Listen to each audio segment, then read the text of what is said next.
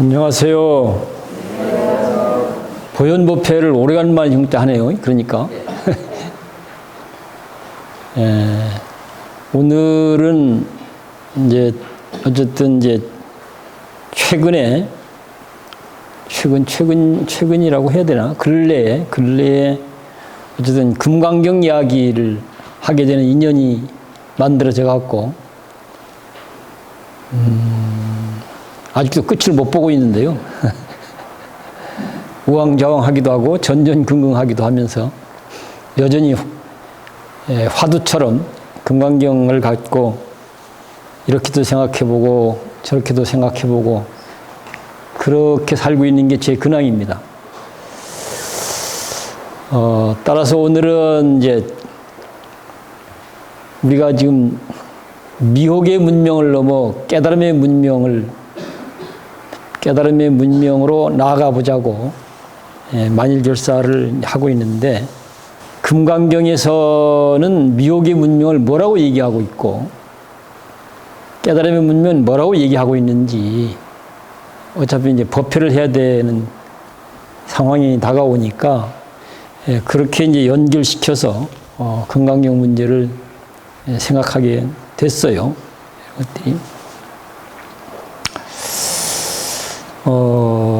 결론적으로 간단하게 얘기하면 금강경에서 무주상 얘기를 정말로 처음부터 끝까지 무주상 얘기라고 해도 과언이 아니죠.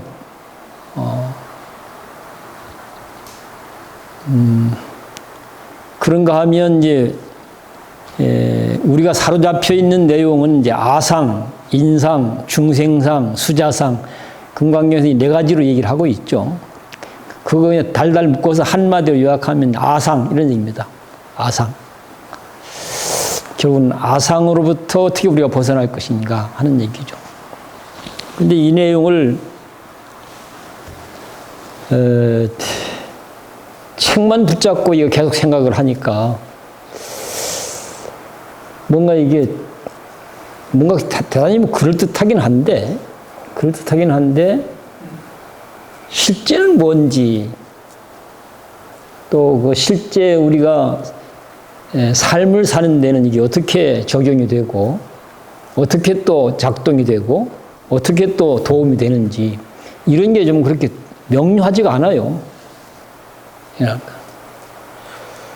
그래서 아상 때문에 생기는 문제가 구체적으로 뭐가 있을까? 아상 때문에.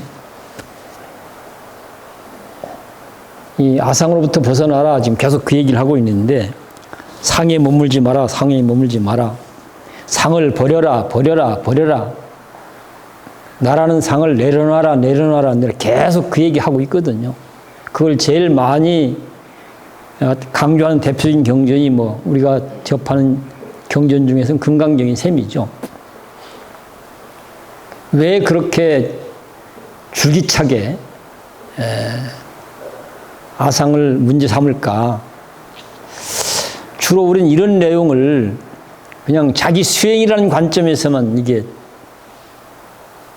얘기가 되다 보니까 실제 현장의 삶이라고 하는 것하고 연결시켜서 생각하는 것을 이제 건너뛰게 되거나 소홀히 하게 되거나 그런 것 같아요. 이번에 제가 겪어보니까. 그래서 아상 때문에 생긴 문제가 뭘까? 어떤 것들이 있을까?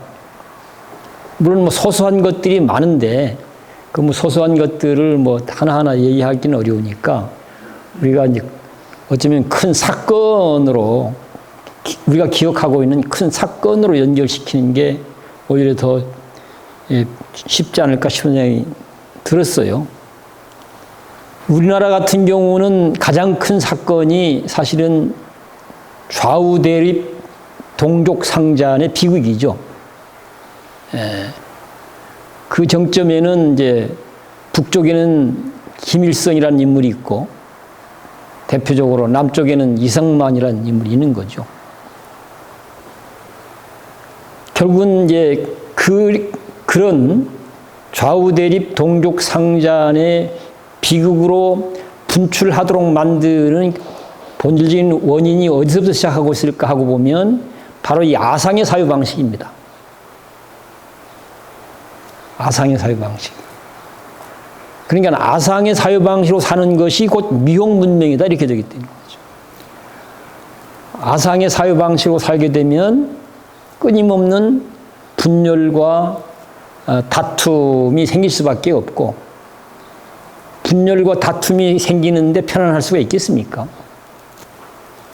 자유로울 수가 있겠습니까? 인간이 인간다울 수가 있겠습니까? 안 되죠, 그거는. 이제 조금 더 이제 얘기를 진전시켜 보면, 김일성은 뭐라고 주장했을까요?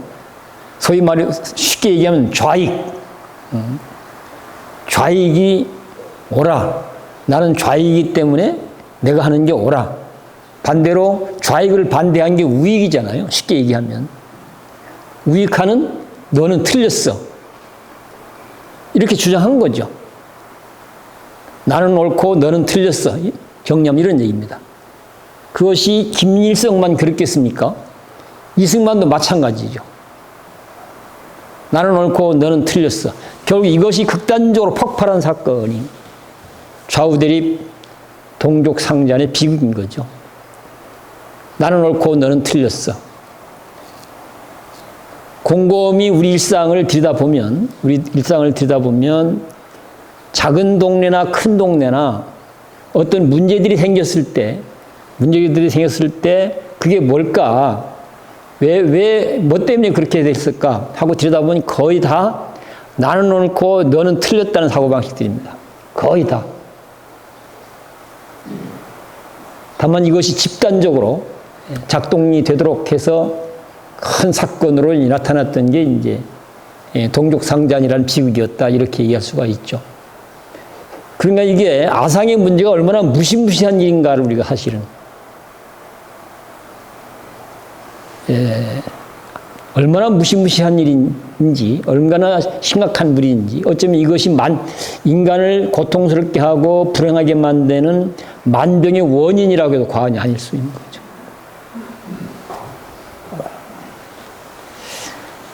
또 비슷한 얘기인데 더 큰 사건으로 나타난 건 뭘까 하고 보니까 히틀러의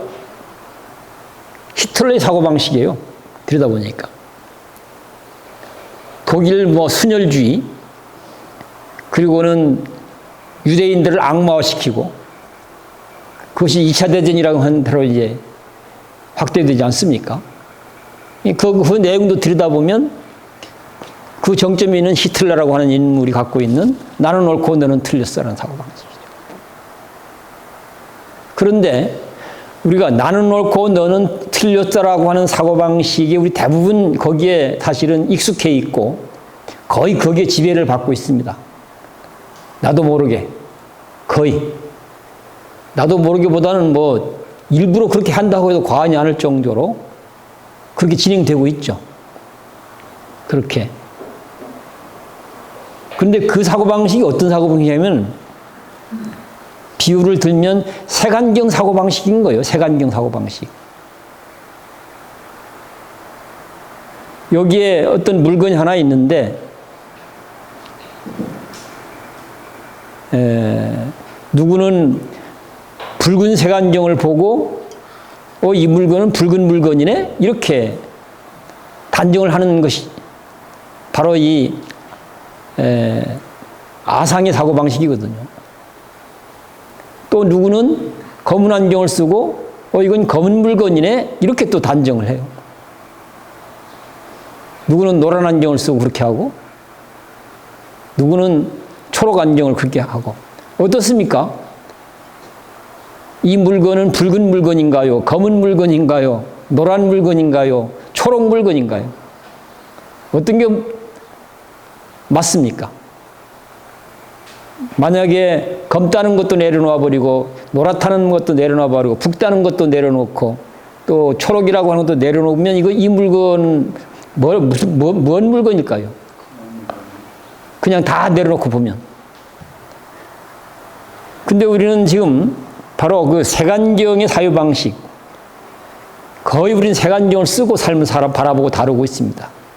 그 결과는 내가 보고 판단하는 것이 옳아. 그래서 나는 옳고 너는 틀렸어. 이것이 충돌하는 거죠. 너와 나의 관계도 이쪽과 저쪽의 관계도 지금 그것이 가장 위험하게 나타나는 상황이 요즘 한국 사회입니다. 대단히 위험하죠. 거의 누구는 내전이라고까지 얘기하고 있으니까.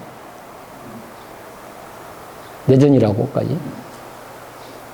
거기는 합리적으로 문제를 다룰 수 있는 공간이 없는 거예요. 이쪽 편이냐 저쪽 편이냐만 있는 거죠. 그래서 이게 참 부처님이 무아 사상을 그렇게 강조한 이유도 그전에는 그냥 개인 수익이라는 관점에서만 이제 생각을 했었는데 이번에 이게 금강경 공부를 한다고 해갖고 인연이 되어서 조금 더 뭔가 현실성 있게 경전 내용이 되게 되겠다 싶어갖고 이 생각을 이제 하다 보니까 이런 부분들로까지 그것이 연결이 되더라고요. 그런 것이 연결. 결국은 이제 그래서 오늘은 제가 현장에서 짤막하게 제가 경험했던 것하고 좀 연결시켜서 요 얘기를 좀 왜냐면 우리도 금강경 얘기를 하긴 했었잖아요. 잠깐. 제가 뭐 헤매는 상황에서 우왕좌왕 했으니까 여러분들도 같이 사실은 우왕좌왕하기도 하고 헤맸다고 생각이 되는데 그러나 어쨌든 이제 그것은 뭐 한판 승부 내듯이 뭐 될 일이 아니기 때문에 꾸준하게 탐구하면서 내용들을 발전해가는 게 좋다는 생각이 들어서 오늘 다시 한번 그 얘기를 해보려고 준비를 했습니다. 사실 오늘 새벽까지 준비해서 이 내용이 이 얘기를 메모한 거예요. 새벽까지. 그러면 제가 메모를 읽으면서 잠깐 이제 설명을 해보는데요. 오늘은 많은 양을 얘기하는 게 아니고 금강경의 유명한 구절이 금강경의 그러니까 유명한 구절이 범소유상 계시허망 약견 재상 비상 직견열애 이 얘기 많이 들어보셨죠? 뭔 말인지는 잘 모르지만 어쩌면 이 구절에 금강경의 사유방식이 다 들어있다고 해도 과언이 아닙니다. 범소유상 계시허망 약견 재상 비상 직견열애 이런 걸 더 압축시키면 상이 상이 아니야 상은 상이 아니야 이름이 상일 뿐이야 뭐 이렇게 더 압축하기도 하고 또 금강경이라는 경전을 얘기할 때는 또 금강경은 금강경이 아니야 이름이 금강일 뿐이야 뭐 이렇게들 이와 같이 얘기합니다. 그러니까 이게 압축된 얘기인데 그 속에는 대단히 많은 내용이 사실은 들어있기 때문에 그걸 잘 풀어내서 현실과 연결시켜갖고 얘기가 안 되면 결국은 뭐 아리송하게 돼요. 아리송하게 돼. 이거 뭐 이런 것 같기도 하고 저런 것 같기도 하고 알 수 있는 것 같기도 한데 잘 모르겠고 뭐 이런 식이 되는 거죠. 대부분 이런 것들.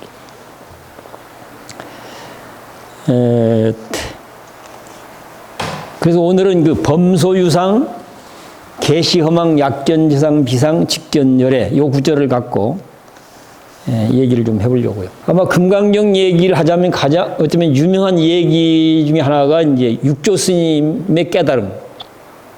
육조 스님은 잘 아시다시피 불교 역사 속에서는 굉장한 부처님 못지아니한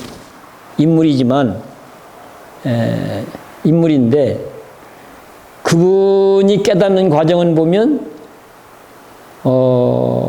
뭐라고 할까? 그냥 어쩌다 보니까 깨달아졌다고 해야 되나? 뭐 이런 상황인 거예요. 내용을 보면 좀 설명을 드려볼게요. 아는 분도 계시겠지만 우리가 다시 한번 재음미한다는 차원에서 모르는 분들도 계실 테니까 같이 하면 좋겠습니다. 어쨌든 아시다시피 육조 스님은 단순 무식군이었다고 얘기합니다.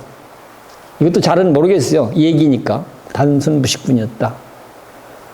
그런데 어쨌든 어머니를 모시고 이제 나무 장사를 해서 나무 장사를 해서 이제 먹고 사는 그런 이제 처지에 있는 사람이었죠. 어느 날 이제 장에 나무를 해갖고 이제 팔러 갔다가 누군가가 금강경 이야기를 듣습니다. 우리식으로 말하면 뭐 금강경 독송하는 것을 들었다 이렇게 이 얘기를 할 수 있죠. 근데 우리는 한문이 외국어지만 중국 사람들은 한문이 자기들 말이잖아요. 그러니까 아마 누군가 금강경을 독송하니까 그 독송을 들으면서 자기들 말이니까 그게 뭔 말인지 뭔가 이게 뭔가 꽂혔던 것이죠. 그 구절이 제 기억이 맞나 모르겠네요. 아마 응무소주 이생기심, 이것도 유명한 구절이죠. 응무소주 이생기심. 응무소주 이생기심이라는 구절에서 눈앞이 자욱했었는데 안개가 쫙 거친 거죠. 인생에 대해서, 삶에 대해서, 인생이 뭔지, 어떻게 살아야 될지가 쫙 길이 열린 거죠. 그래서 그 길로 이제 이런저런 어려운 조건들이 있었지만 잘 수습하고 그리고 우리 출가를 합니다. 출가해서는 뭘 하는가? 방아 찌는 일만 해요. 옛날에는 출가하면 행자들이 거의 부엌에서 일을 했습니다. 출가하면. 요즘에는 많이 달라졌는데요. 거의. 그러니까 방아 찌는 일만 했어요. 가서 무슨 참선을 하거나 경전 공부하거나 이런 거 하지 않고. 그러다가 이제 어쨌든 당시 오조 홍인대사께서 후계자를 정하려고 과정을 밟아가는데 이 얘기를 나눠보니까 그 기라성 같은 인물이 많이 있었지만 이 얘기를 들어보니까 당시 찾는 인물은 아니었던 거죠. 근데 이 촌놈인 육조 해능이 이 얘기를 들어보니까 무식하기도 하고 꼬라지를 보니까 좀 초라하기도 하고 참 뭔가 볼품이 없게 되어 있긴 하지만 내용은 보니까 제대로 열애의 진실한 뜻을 열애의 진실한 뜻에 부합하도록 안목을 갖고 있다고 하는 걸 확인하고 후계자로 정했다 이런 얘기지 않습니까? 그냥 법문만 듣고 깨달은 거예요. 처음에는 금강경 얘기를 듣고 깨닫고 두 번째도 스승인 오조 홍인대사와 대사하고 이제 어쨌든 금강경 얘기하면서 다시 한번 뭔가 이게 정리가 되거든요. 그렇게 해서 이제 후계자로 결정을 하고 법을 전한다고 이렇게 되죠. 근데 이렇게 법문만 듣고 깨달았다는 경우가 우리는 대단히 예외적인 경우라고 생각들을 대부분 하고 있는데 실제 부처님 당시 부처님 경우로 보더라도 우리가 1250 아라한이라고 하는 이분들은 거의 법문만 듣고 깨달은 분들이에요. 거의 다. 1250 아라한들이. 그 내용을 들여다보면 그렇습니다. 이게 다 초기 제자들이거든요. 초기 제자들. 그리고 이런 전통을 계승한 소위 선종불교, 그걸 이제 조사선이라고 얘기를 하죠, 보통 조사선. 조사선에 이제 이런 정신을 계승한 것이 이제 중국에서는 조사선으로 등장하게 되고 그 초조가 이제 달마 스님에서부터 시작되잖아요. 중국에서는 달마, 해가 이렇게 해서 육조로 이렇게 해서 쭉 번져 나가게 되는데. 초기 선종어록이라고 할 수 있는 저술이 대부분 그동안 전해오기는 달마 스님의 저술이라고 얘기를 해왔어요. 거기 보면 이입사행론이라든가 혈맹론, 오성론 이런 책들 한 4종류가 있는데요. 4종류가 있는데 거의 달마 스님의 저술로. 그런데 학문적으로 연구한 이후의 이야기들은 거기에 아직 정리가 안 돼 있어요. 논란이 있어요. 어떤 부분은 달마 스님 저술로 확정해도 괜찮겠다라고 하는 저술도 있고 어떤 부분은 의심스러운 부분이 여전히 남아있고 잘 정리가 안 되어 있습니다. 그런데 그 초기 선종 어록이라고 하는 어록 중에서 어록 내용도 보면 우리는 참선하는 목적이 다 깨닫기 위해서로 되어 있어요. 불교 공부하고 수행하는 목적이 다 깨닫는 걸 목적으로 하고 있습니다. 그런데 그 어록에는 보면 견성을 하고, 견성이라는 말은 깨닫는다는 말이거든요. 견성을 하고 하는 것이 진짜 이게 정법 수행이지, 견성하지 않고 하는 수행은 그건 불교 수행이 아니다, 이렇게 얘기하고 있습니다. 그러니까 이 말은 달리 얘기하면 깨달음을 실천하는 게 불교 수행이지, 깨닫기 위해서 수행하는 건 불교 수행이 아니다, 지금 그렇게 얘기를 하고 있어요. 내용을 들여다보면. 그러니까 저도 그 책을 보면서 그동안 보고 들은 것하고는 정반대 얘기로 되어 있어서 사실은 상당히 깜짝 놀라기도 했고 다시 또 의문이 생기기도 하고요. 그래서 제가 의문을 갖고, 그러면 우리는 참선 수행하는 목적이 깨닫기 위해서인데 어록으로 보면 깨닫고 해야 그게 진짜 수행이지, 깨닫지 못하고 하는 것은 진짜 수행이 아니다, 불교 수행이 아니다, 이렇게 얘기가 되고 있어서 의심이 생기는 거죠. 그러면 깨달으려면 그럼 어떻게 해야 되는가? 제가 배운 대로라면 깨달으려면 가서 참선 수행해야 돼, 이렇게 해야 맞거든요. 아니면 가서 무슨 천일기도를 해, 이렇게 해야 맞기도 하고. 근데 거기서는 그렇게 얘기하고 있지 않아요. 그럼 어떻게 하고 있는가? 스승을 찾아가야 된다, 이렇게 얘기하고 있어요. 좋은 스승을 만나야 된다. 스승을 찾아가야 된다. 스승을 찾아간다는 얘기는 무슨 얘기예요? 묻고 답한다는 얘기지 않습니까? 법문한다는 얘기도 하고 법문을 듣는다는 얘기도 하고, 더 쉽게 얘기하면 대화한다는 얘기지 않습니까? 어쩌면 잘 아는 사람과 잘 모르는 사람이 대화해서, 잘 아는 사람은 가르쳐주고 잘 모르는 사람은 잘 배워서 잘 알고, 이렇게 한다는 얘기죠, 쉽게 얘기하면. 그런데 그 후대로 오게 되면 이런 얘기들이 거의 없어지게 되고 반대로 깨달으려면 참선해야 돼, 참선해서 빨리 깨닫는 게 최고야, 이렇게 얘기가 되고, 그런데 깨닫기 위해서 수행한다고 하는 입장은 세계 불교가 다 공통적인 입장인 것 같아요, 제가 보기에는. 그런데 내용들을 꼼꼼히 따져보면 깨닫기 위해서 수행한다고 하는 논리로 불교를 우리가 해석도 하고 설명도 하고 그렇게 실천도 해야 된다라고 하는 것도 무슨 틀리거나 그게 나쁘거나 그렇지는 않다고 봐요. 충분히 그런 것도 가능해진다고 봐요. 반대로 지금 제가 말씀드렸던 대로 깨닫고 하는 것이 더 바람직한 불교 수행, 이것도 충분히 제가 볼 적엔 가능하다고 봅니다. 충분히 두 가지가 다 가능하다고 보는데, 그런데 우리는 너무 한 가지에 너무 극단적으로 경도되어 있고 매몰되어 있다는 얘기죠. 한 가지로. 이런 것들이. 좀 더 다양하게 열려야 되는데, 이런 것들이.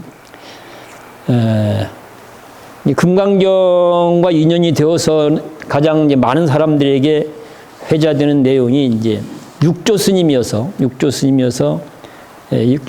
얘기와 함께 말씀을 좀 더 보태봤습니다. 이제 제 얘기로 가겠습니다. 제목을 금강경의 무주상 사유방식과 나의 현장 경험, 거기에 이제 제 방식으로 또 부연 설명한 게 중도, 지금 여기 현장의 사실에 직접 마주하여 사실을 사실대로 보고 알고 행동한다. 이게 이제 금강경의 무주상 사고방식이다. 이렇게 지금 하고 있는 겁니다. 그 다음에는 이제 어쨌든 금강경 내용을 우리말로 푸는 것을 일단 해보고 있습니다. 금강경의 상이야기의 번역, 이렇게 했고, 그러면 그 내용이 뭐냐면 아까 말씀드린 범소유상, 계시허망, 약견재상, 비상, 즉견열애, 이 내용을 우리말로 풀어봤습니다. 첫 번째는 금강경의 상이야기입니다. 무릇 있는 바 상은 다 허망하다. 만일 모든 상이 실상이 아님을 보면 바로 그 순간 열애를 보게 된다. 여기서 열애를 보게 된다는 말은 실상을 보게 된다는 말로도 표현될 수 있고, 열애라는 말은 인격적 개념이잖아요. 열애라는 인격적 개념으로 표현해도 되고 그렇습니다. 열애를 본다는 말은 달리 얘기하면 실상을 본다, 뭐 이런 얘기입니다. 또는 실상을 깨닫는다, 또는 실상을 잘 안다, 뭐 이런 내용입니다. 바로 그 순간 열애를 보게 된다는 말은 바로 그 순간 깨닫게 된다. 우리가 익숙한 얘기로 보면, 그러니까 이 범소유상 계시허망 약견재상 비상 직견열애 이 말뜻을 제대로 파악하고 제대로 이해하고 제대로 확신할 수 있다면 그것이 곧 깨달음이다. 지금 이런 얘기를 하고 있는 거예요. 그 다음은 뭐겠습니까? 내용을 잘 알았으면 그 다음은 삶이 되도록 만들어야 되는 거잖아요. 그러니까 삶이 되도록 만드는 것은 지속적인 과정인 것들이에요. 지속적인 과제인 거예요. 과제. 그러니까 깨달음을 삶이 되도록 하자 하는 게 불교 수행이다. 이렇게 얘기할 수 있다. 이쪽 논리로 보면 이런 얘기입니다. 부처님이 초기 제자들과의 관계라든가 이런 맥락들을 보면 대단히 그 부분은 중요한 부분 같은데 우리가 너무나 그런 것들을 소홀히 해오지 않았는가 이런 생각이 듭니다. 그 다음에 두 번째 똑같은 내용인데 더 풀어봤습니다. 더 풀어봤어요. 앞에 거는 경전에 있는 걸 그대로 좀 풀어봤고요. 지금 한 거는. 그 다음에 두 번째는 더 풀었어요. 무릇 있는 바 나의 색안경으로 본 모든 상은 그림의 떡처럼 이름과 말일 뿐이므로 다 허망하다. 여기서 허망하다는 말은 허무하다 이런 의미는 아니죠. 그림의 떡은 어떻습니까? 그림의 떡은 말도 그럴듯해 보이고 모양도 그럴듯해 보이긴 하죠. 그렇지만 실제는 쓸모가 없어요. 그렇죠? 배고픔을 해결하거나 이러진 못하잖아요. 그런 의미로서의 허망하다는 얘기입니다. 그런 의미에서. 마침 이 허망하다면 허무하다 뭐 이렇게 이제 생각하는 경향들이 많은데 거기서는 허무하는 이런 걸 얘기하고자 하는 건 아니라는 얘기죠. 그런 얘기는 아니다. 그러니 언어에 대한 오해들이나 왜곡들이 너무 심하죠, 우리가. 그런데 많이 지배를 받고 있고요. 다시 한번 읽어보겠습니다. 무릇 있는 바 나의 색안경으로 본 모든 상은 그림의 떡처럼 이름과 말만 있을 뿐이므로 다 허망하다. 그건 그냥 사람들이 생각이 조작해낸 것이지 실제하고는 관계없다. 지금 그 얘기를 하고 있는 겁니다. 만일 나의 색안경으로 본 모든 상이 실상이 아님을 보고 알면 바로 그 순간 열애를 보게 된다. 바로 그 자체가 바로 깨달음이다. 지금 그 얘기를 하고 있는 겁니다. 바로 그 자체가 깨달음이다. 알아야 될 것을 참되게 아는 것을 깨달음이라고 한다. 지금 그런 얘기를 하고 있는 겁니다. 그 다음에 이제 더 풀어봤습니다. 더. 붉은 색안경으로 본 붉은 색안경으로 본 내가 생각하는 붉은색의 열애는 생각과 말로만 있고 실제는 없는 그림의 떡 같은 허망한 붉은색의 열애일 뿐이다. 말일 뿐이다. 생각일 뿐이다. 실제는 그렇지 않다. 지금 그 얘기입니다. 만일 내가 생각하는 붉은색의 열애의 실상이 아님을 보고 알면 바로 그 순간 본인이 맨눈으로 직접 대면하고 있는 그 자체가 열애의 실상임을 보고 알게 된다. 여기서 열애의 실상임을 보고 알게 된다는 말은 깨닫는다. 그것이 곧 깨달음이다. 뭐 이런 의미입니다. 이런 것들이. 이렇게 어쨌든 그 상에 대한 이야기를 잘 담고 있는 그 구절을 어쨌든 하나는 직접 이제 풀어봤고 우리말로 하나는 조금 더 풀어봤고 하나는 더 풀어봤고 그랬습니다. 그런데 어떠세요? 들어보니까 좀 달라 보입니까? 잘 모르겠죠, 여전히. 그러니까 사실은 좀 더 꼼꼼하게 우리가 꼼꼼하게 사실은 차분하게 꼼꼼하게 따져볼 필요가 따져봐야 이해하는데 좀 더 효과적이지 않겠는가 하는 생각이 듭니다. 그 다음에는 진짜 이제 경험한 이야기를 한번 해보려고요. 그 전에, 경험한 얘기를 하기 전에 비탄 사고방식, 아까 잠깐 설명드렸던 대로 일수사견, 물이라고 하는 한 물건을 네 사람이 보고 자기 얘기를 하는 이런 얘기입니다. 아까 설명했던 대로 그대로입니다. 자, 여기에 어떤 물건이 있습니다. 사람들은 이걸 말해서 찻잔이라고 얘기를 합니다. 찻잔. 그러면 찻잔이라는 말로 갖고 얘기해 봅시다. 찻잔이라는 이름은 본래 있었을까요? 누가 만들었을까요? 본래 있었던 게 아니죠. 그러면 찻잔이라는 이름이 붙기 이전에 이 물건은 뭐였을까요?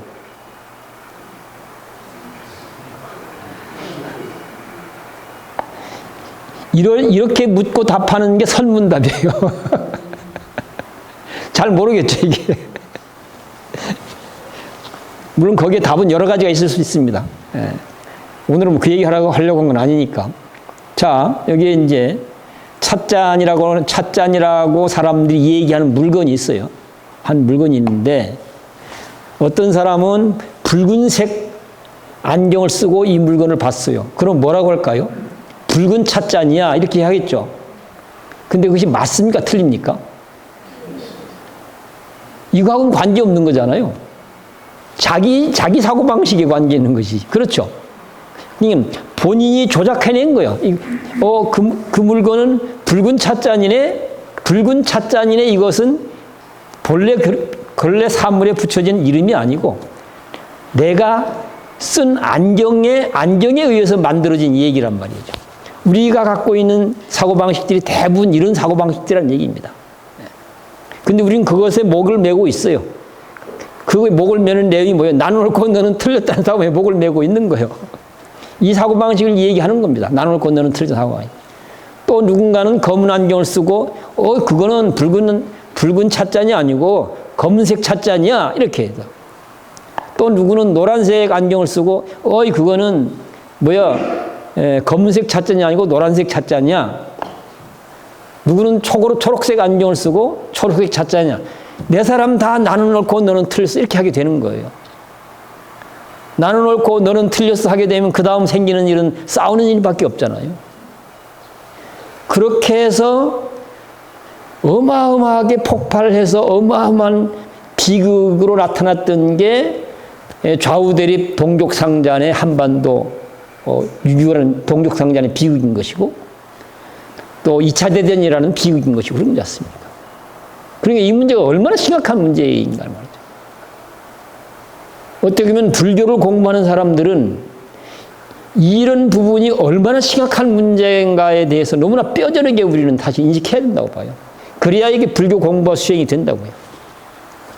그래야. 이거 무슨 책 몇 번 읽어본다고 이게 되는 게 아니거든요, 여러분. 정말 사무치게,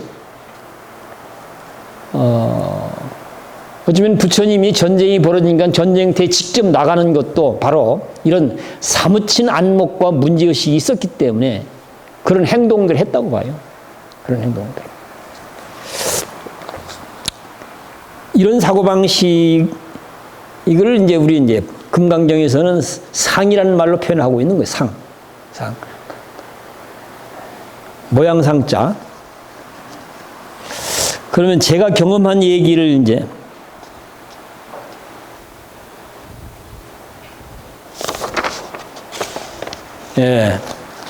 엊그제 병원에 갔다 왔는데, 병원에 갔다 온 얘기입니다.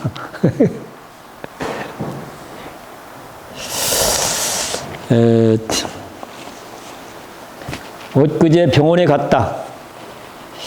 주지 스님이 나서서 모든 수속을 밟아 주었기 때문에 편안하게 잘 다녀왔다. 다만 그날 병원이라는 현장에서 내가 직접 온 몸과 마음으로 경험하고 느낀 것들을 몇 가지로 간추려 보려고 한다. 첫 번째는 아상이라는, 금강경에서 문제 삼는 게 아상이거든요. 아니, 어쩌면 불교가 문제 삼는 것이 아상이라는 말로 딱 한마디로 짚어도 된다고 봐요. 아상. 나라는 생각, 뭐 이런 얘기죠. 그것이 확대되면 나는 옳고 너는 틀렸다는 생각, 이런 얘기입니다. 이것이 문제의 원흉이다, 이런 얘기죠.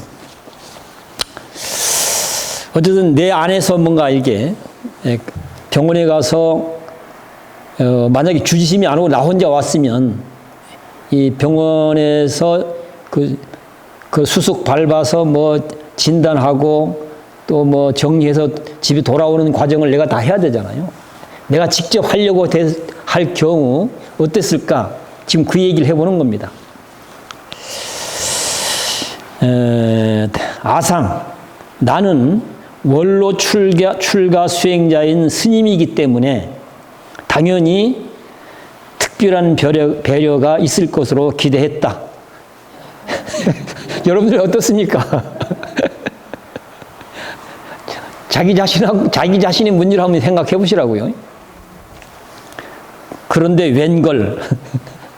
첫 번째, 병원 현장의 입구에 들어서자마자 외국어와 전문용어로 표시된 안내문이 기다리고 있었다.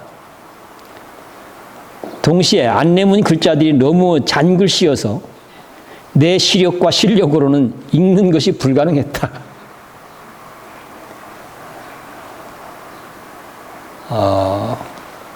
이게 첫 번째, 이제. 두 번째, 원로 스님의 입장과는 관계없이 무조건 줄을 서서 차례를 기다려야 했다. 인정사정 없어요, 거기에. 체면도 없고. 친절하게 설명해 주긴 하는데 말들이 너무 빠르기도 하고 찾아가야 할 곳이 여기저기 흩어져 있어서 찾아가는 것도 쉽지 않았다.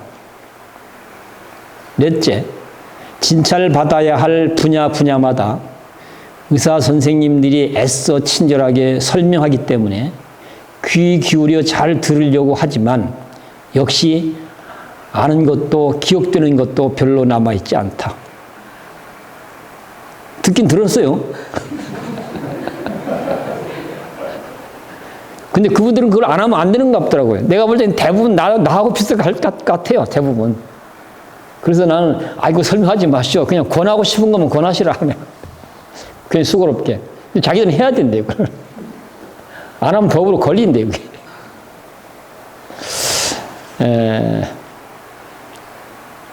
다섯 번째, 앞길, 뒷길, 옆길, 계단길, 평지길 등 뭐 길들이 많아요. 들어가는 데가. 도시 한복판이다 보니까.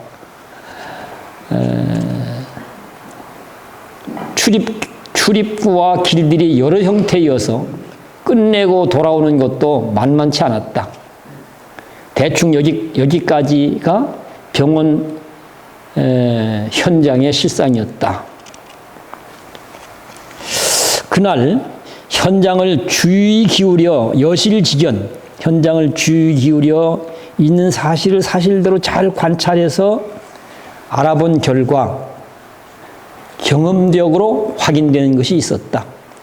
첫 번째, 무엇보다도 우선할 일은 습관적으로 지금까지 붙잡고 살아온 아상, 원로 수행자 스님이라고 하는 상을 기꺼이 헌신짝처럼 내던지는 일이었다. 이게 첫 번째 과제더라고요. 이것을 제대로 하냐 안 하냐가 다음이 달라지는 거예요. 두 번째, 무조건 직면한 지금 여기 현장의 실상을 잘 보고 알고 인정하고 존중하고 받아들이는 것만이 본인이 편안하고 바람직하게 사는 길임을 알 수 있었다.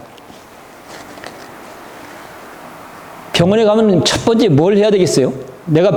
나는 그래도 실상사 회주 스님이잖아요. 원로 수행자 스님이요. 특별하게 좀 배려를 받아야 마땅할 원로 수행자 스님인데 병원에 가면 어떻게 해야 되겠습니까? 그거 갖고 어떻게 위세를 부려야 되겠습니까? 아니면 달리 어떻게? 일단 병원에 왜 가겠어요? 아프냐 가잖아요. 아프다는 건 뭐예요? 환자라는 얘기하지 않습니까? 무조건 병원에 가면 나는 환자야 하는 것이지. 전제돼야 된다. 나는 환자야. 내가 법문하러 간 것도 아니고 유세를 부리러 간 것도 아니고 대접을 받으러 간 것도 아니잖아요. 병원에 갈 때는.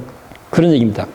그래서 첫 번째는 나는 원로 수행자 스님이야라고 하는 이 상을 헌신짝처럼 버리지 아니하면 문제가 된다. 거기서. 잘난 척하게 되잖아요. 그렇게 되면. 가서 법문하려고 들고. 그럼 문제가 되는 거지. 병원에 가서 잘난 척하고 법문하려고 들면. 지금 우스갯소리처럼 얘기하자면 기가 막힌 일인 거예요. 실제 상황이라 하는 건 이게.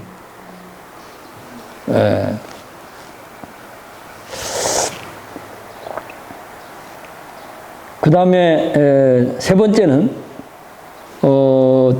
지금 제가 깨달은 것이 무엇보다도 우선할 일은 습관적으로 지금까지 붙잡고 온 아상. 나는 스님이야. 나는 비구야. 나는 수자야. 나는 원로 수행자야. 라고 하는 이 잘난 척하는 상을 기꺼이 헌신짝처럼 내던지는 일이 가장 현명한 일이었다. 그 현장에서는. 내가 뭐 화두를 잘 들었네, 연부를 잘하네, 뭐 팔만대장을 종횡으로 다 외네, 다 소용없다게. 실상사 회주 스님이네. 아무 소용없다. 그거 붙잡고 가는 한은 곳곳에서 부닥칠 수밖에 없다. 곳곳에서. 동시에 기꺼이 무조건 지금 여기 현장의 실상은 뭐예요? 병원이잖아요. 병원에 찾아간 사람은 누구예요? 환자잖아요. 그러니까 당연히 이거 인정해야 되는 거예요. 이거.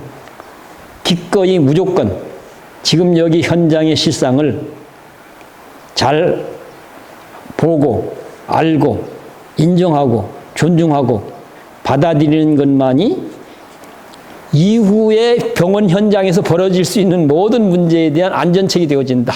그런 얘기입니다. 환자임을 인정해야만.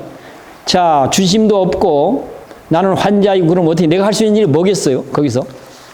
잘 보이진 않고 뭐가 봐도 잘 모르겠고 전문 용어들 뭐 외국말들 이런 것들이 글씨도 자잘하고 물어보는 수밖에 없는 거예요. 물어보는 수밖에. 도움받는 수밖에 없는 거예요. 이거 들고 다니면서 이거 뭔 내용이냐? 어디로 가라는 내용이냐? 어디로 가야 되냐? 위신도 체면도 다 소용없어. 늘 현장을 여실지겐하라. 불교에서 이걸 얼마나 많이 강조합니까? 현장에 직면해서 있는 사실을 있는 그대로 잘 봐라. 잘 알아야 된다. 그리고 인정해야 된다. 그걸 존중해야 된다. 그것에 맞게 해야 된다. 그 얘기하고 있는 거잖아요. 그게 뭐냐? 그게 뭐겠어요? 그게 불교 수행이다. 지금 그 얘기하고 있는 겁니다. 그게. 그러면 어떻게 되는가? 즉각 효과를 본다. 이런 얘기죠. 즉각 효과를 본다. 만약에 제가 원로 수행자라고 하는 자만심을 갖고 거기서 그래도 내가 가면 그래도 원로급 인사니까 특별히 잘 해주겠지. 그렇게 마음먹고 갔는데 아무도 쳐다보지도 않아. 어쩌겠습니까? 당연히 뭐 기분이 나쁘겠죠. 그렇지 않겠어요? 그것이 뭐 모든 데 작동하게 되죠. 마음도 상하게 되고 또는 뭐 못마땅한 마음도 생기게 되고 미움도 생기게 되고 화도 생기게 되고 뭐 등등 하지 않겠습니까? 짜증도 생기게 되고. 실상사만 가면 알아서 다 해주는데 왜 실상사는 왜 알아서 해주죠? 원로 스님을 인정하는 곳이잖아요. 여기는. 근데 저기는 그런 곳이 아니요.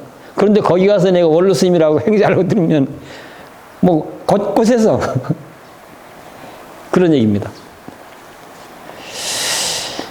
하나는 헌신짝처럼 버리는 것, 나라고 하는 아상, 나는 주지야, 나는 회주야, 나는 비구승이야, 선사야, 수자야, 뭐 스님이야, 뭐 등등등등등.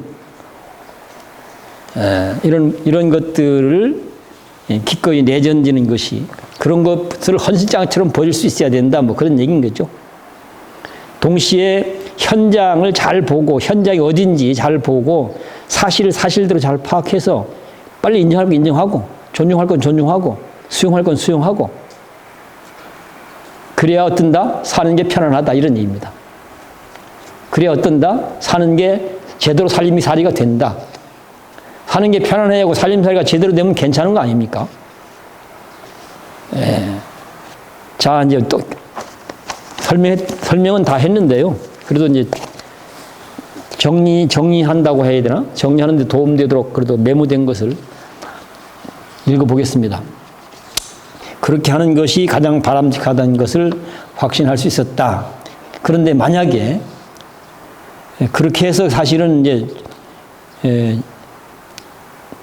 원로라는 상을 내버리고 내가 환자라고 하는 입장을 분명히 하고, 그렇게 해서 접근을 하면 편안하게 또는 효과적으로, 또는 나와 사람들과의 관계도 괜찮게 일을 잘 보고 돌아올 수가 이제 있는 건데, 만약에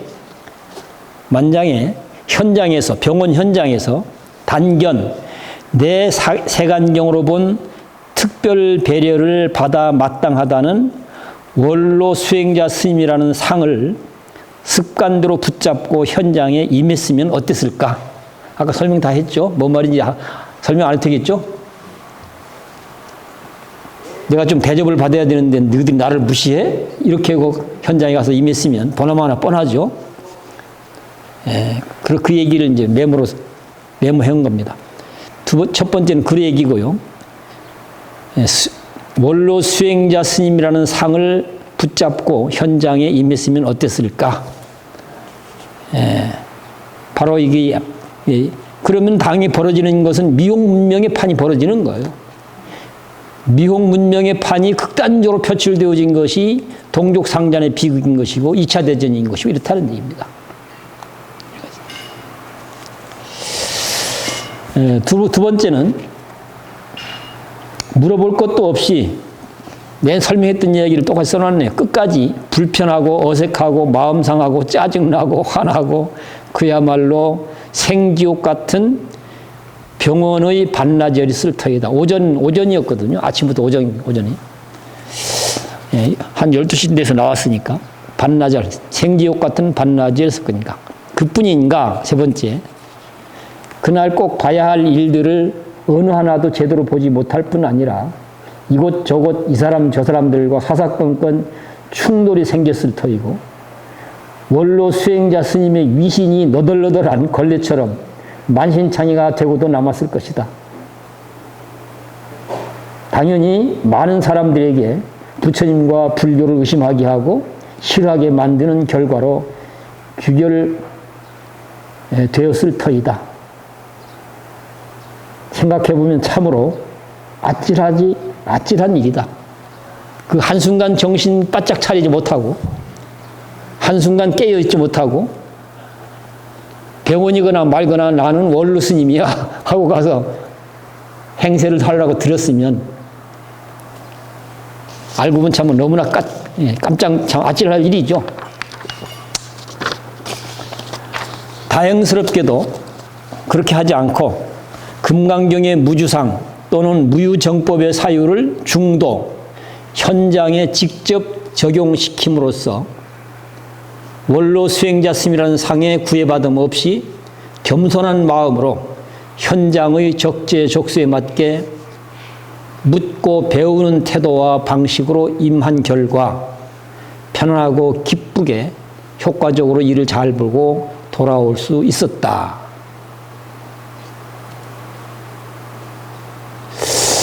비록 원로 수행자이지만 최우선적으로 병원 현장의 요구에 따라 환자의 입장에서 겸손하게 했기 때문에 일도 순탄하게 이루어졌고 바라보는 사람들도 평화롭게 자기 일을 잘 보고 돌아가게 되었다. 병원에서의 오전이었지만 그런대로 괜찮은 오전이었다. 괜찮은 오전 살림살이였다. 뭐 이런 내용입니다. 무주상의 사유방식을 현장에 적용을 시킨 결과가 결국은 괜찮은 삶을 일도 잘 보게 되고 삶도 잘 만들어가게 되었다. 이런 얘기입니다. 어떻습니까? 우리는 늘 일을 하면서 살 수밖에 없는데 일도 잘하고 또 사람 관계도 좋고 삶도 잘 만들어지면 그렇게 되도록만 한다면 그게 수행 아닌가요? 그건 별거 아닌가요? 그거 말고 더 좋은 수행이 있을까요?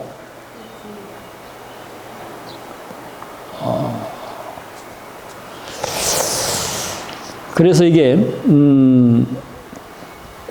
그러니까 불교 수행의 기본이라고 하는 것은 실상을 잘 알고 살아야 된다. 지금 그 얘기를 하고 있는 거거든요.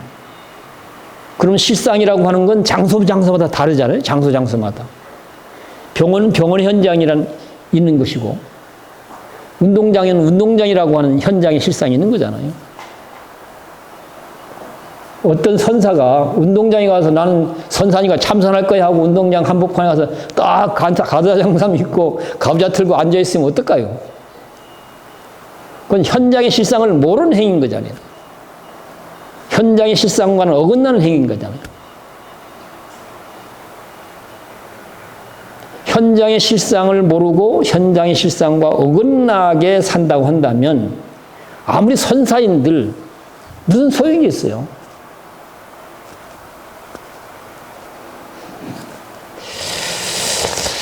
자, 이제 그러면 이제 한문을 한번 읽고 번역문 하나 읽고 그리고 제 얘기는 끝내겠습니다.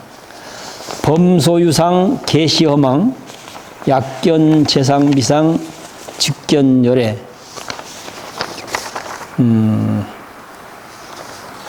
보자. 번역한 내용은 무릇 있는 바 상은 다 허망하다. 만일 모든 상이 실상이 아님을 보면 바로 그 순간 열애를 보게 된다.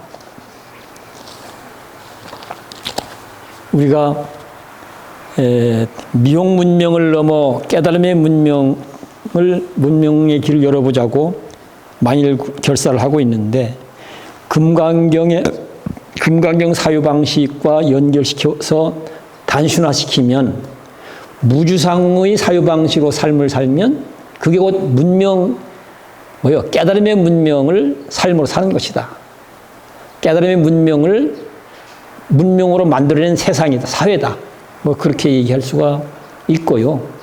반면에 우리가 버리고 넘어서야 될 미용 문명은 어떤 것입니까? 아상. 나는 옳고 아상이라는 말은 어려우니까 그냥 쉽게 얘기해서 내가 보고 판단하는 것은 주로 나라고 하는 즉 아상이라고 하는 색안경을 쓰고 색안경으로 보고 판단한 내용들이거든요. 근데 그것을 마치 목숨을 걸고 지켜야 될 진리처럼 우리는 붙잡고 살아가고 있어요. 그걸 깨는 말이 무주상이라는 얘기거든요. 그래서 무주상의 사유 방식으로 삶을 사는 것이 그러니까 아상의 사유 방식으로 삶을 사는 것이 미용 문명이라고 얘기할 수 있고 무주상의 사유 방식으로 삶을 살면 그것이 곧 깨달음의 문명을 삶으로 사는 것이다. 이렇게 연결해서 정리할 수가 있겠다 그런 생각이 들어서 끝으로 그 말씀을 드리고 제 얘기를 정리하겠습니다. 고맙습니다.